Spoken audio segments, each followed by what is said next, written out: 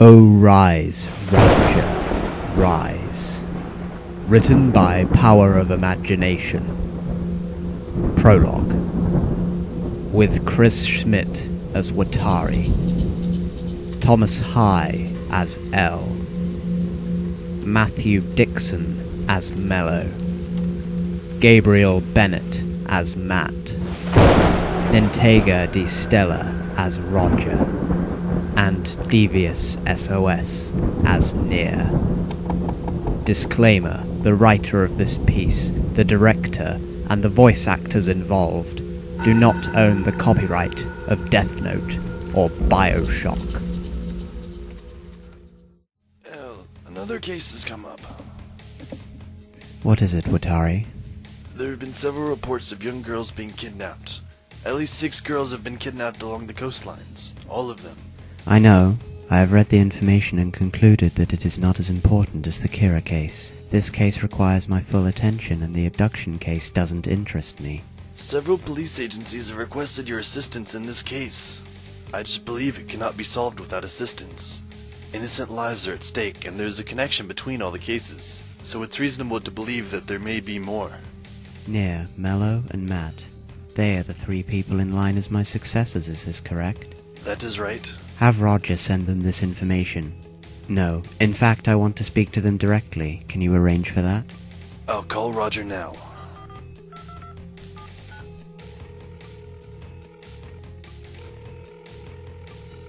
Roger, can you please get Near, Mello, and Matt for me? I understand, but you will have to wake them up. Elle wants to speak to them directly. You can use a laptop. Elle will set up a connection in 5 minutes.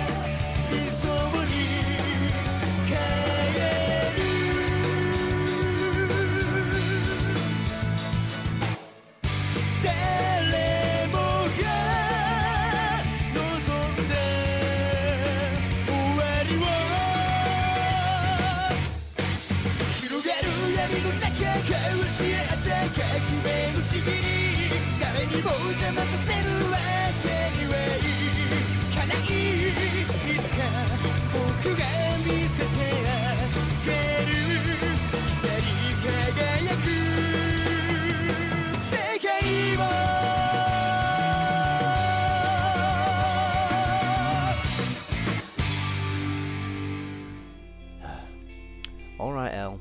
What's the big idea of calling us at this hour? As you know, I'm working on the Kira case. Another unsolvable case has come up, but I have concluded that the Kira case is more important, although there is a chance that this case won't be solved without additional help. I would like the 3 of you to work together on the case. I'll send you the information via this laptop.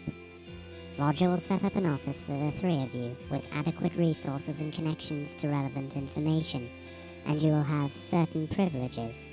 One being that you no longer need to attend class while working on this case. Cool. Everything will be set up for you to begin work tomorrow. Although, I was planning on getting some sleep myself tonight. If you need assistance, Roger has the means to contact me. Is that whole Kira case so important that he'll give us this one?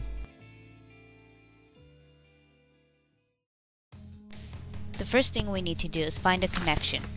They are spread around the large area. But always along the North Atlantic coastline.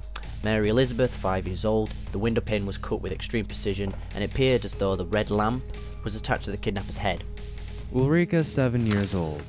A window was smashed with a sharpened tool, and the kidnapper was carrying a red torch. Camille, 6 years old. No witnesses. Chantel, 6 years old, kidnapped by a skinny monster with a red glowing eye. Crashed through a 3rd story window. Elena Rodriguez, 6 years old. A broken window suggests forced entry. Jennifer, 5 years old. Kidnapper ran away carrying a red torch. large boot prints on the sand. We need to research the red light. I'll contact the families and try to see if we can get any more information or find more witnesses. I'll search for other cases we might not know about, and see if there are any other connections.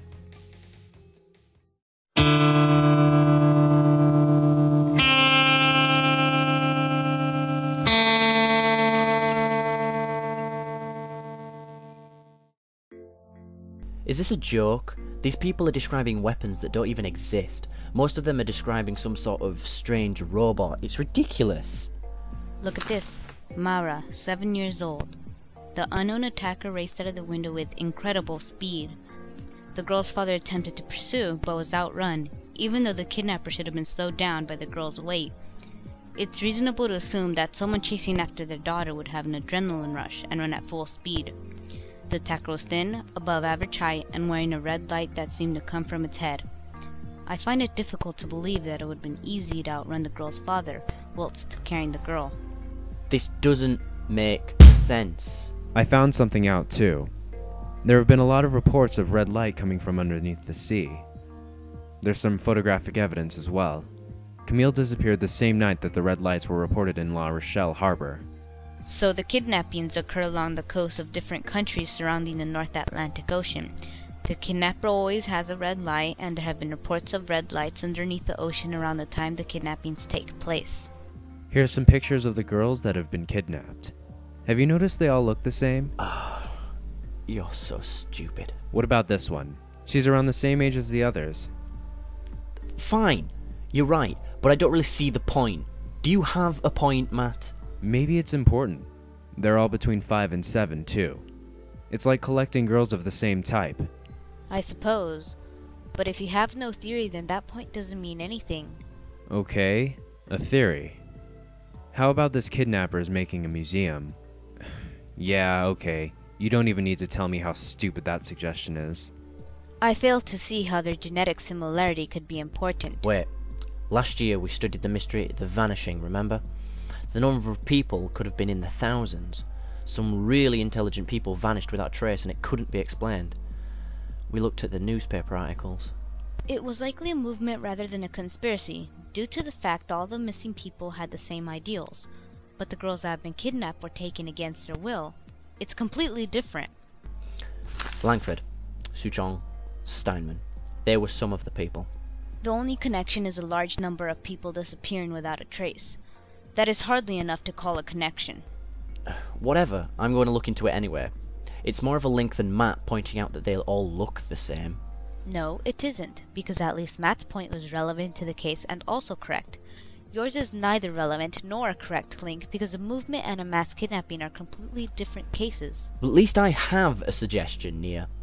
I don't just sit on the floor looking pale. Ad hominem, you weakened your argument by attacking who I am, rather than my point.